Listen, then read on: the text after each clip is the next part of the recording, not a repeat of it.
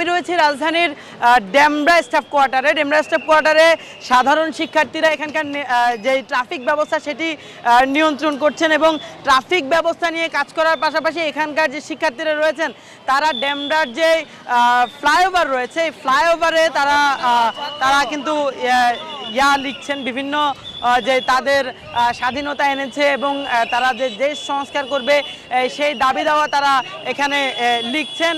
তারা কিন্তু যেভাবে সুন্দরভাবে এই সড়ক ব্যবস্থা পরিচালনা করছেন এটিকে সাধারণ জনগণও কিন্তু স্বাগত জানাচ্ছেন।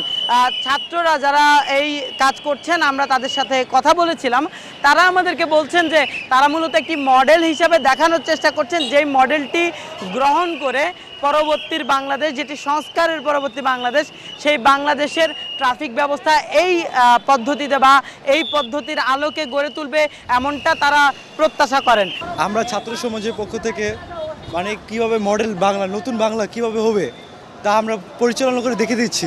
জনগণ আমাদের সাথে রয়েছে, আমাদের বলতেছে বাবা অনেক ভালো কাজ করতেছ, এগিয়ে যাও, আমরা তোমাদের পাশে আছি, সমস্যা নেই, সব আমাদের উৎসাহ দিতেছে আরও বেশি। তো আগে প্রশাসন যা করতে পারেনি এখন আমরা আরও তাড়াতাড়ি চলাফেরা করতে পারি, রাস্তার ভিতরে কোনো জাম নাই, কোনো চাঁদাবাজি বলতে কোনো কিচ্ছু নেই, তোমরা করো, আমরা তোমাদের পাশে আছি। আমরা যে মানুষের জন্য কাজ করছি এটা সেফটি তো জনগণের জন্যই, আর আমরা খুব সম্মানও পাচ্ছি, মানুষ খুবই আমাদের স্যালিউট করছে, তারপরে হচ্ছে আমাদের পাশে দাঁড়াচ্ছে, সাহায্য করছে। যেহেতু আমরা দেশটা আমরা অনেক কষ্টের সাথে সাফল্য স্বাধীন করেছি, যেহেতু আমাদের দেশটা কাজটা করতে আমাদের নিজেদের অনেক ভালো লাগছে এবং এলাকার মানুষ, সাধারণ জনগণ আমাদেরকে পানি, বিস্কুট, অন্যান্য যাবতীয় যা জিনিস লাগে সব দিক দিয়ে সহযোগিতা করছে এবং আমরা এটা নিয়ে অনেক স্যাটিসফাই। যে দায়িত্ব পালনটা করতেছে আমাদের কাছে অনেক ভালো লাগতেছে।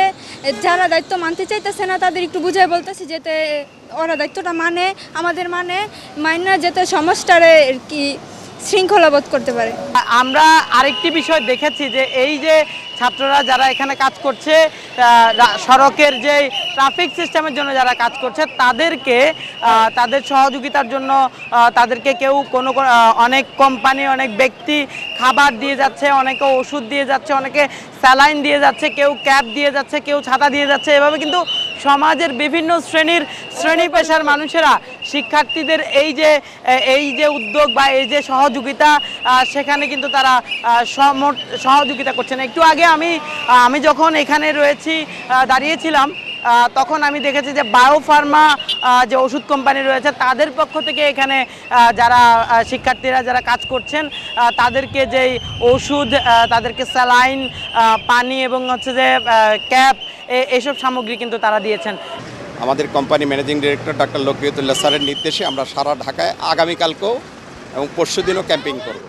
কেন করছেন এটা? আমরা এই ছাত্র জনতার উদ্যমকে আমরা একটা বিপ্লবী চিন্তায় আমরা তাদেরকে অভিবাদন জানাচ্ছি এবং আমরা এতে খুব অনুপ্রাণিত হয়েছি। আমরা ফার্মাসিউটিক্যাল কোম্পানি, আমরা এগিয়ে আসছি। তারা গ্রাফিতি অঙ্কন করছেন স্বাধীনতা পরবর্তী বাংলাদেশ, সেই বাংলাদেশের বিষয় কিন্তু তারা সুন্দরভাবে লিখছেন। লিখে কিন্তু তারা তাদের যে দাবি দাওয়াগুলো আছে বা যেই বাংলাদেশকে তারা যেভাবে দেখতে চান সে বিষয়গুলো কিন্তু তাদের এই দাবি দেওয়ার মাধ্যমে তারা তাদের যে এই কার্যক্রমগুলো বা এই লেখনী তার মাধ্যমে কিন্তু তারা ফুটিয়ে তোলার চেষ্টা করছেন। দেখছেন যে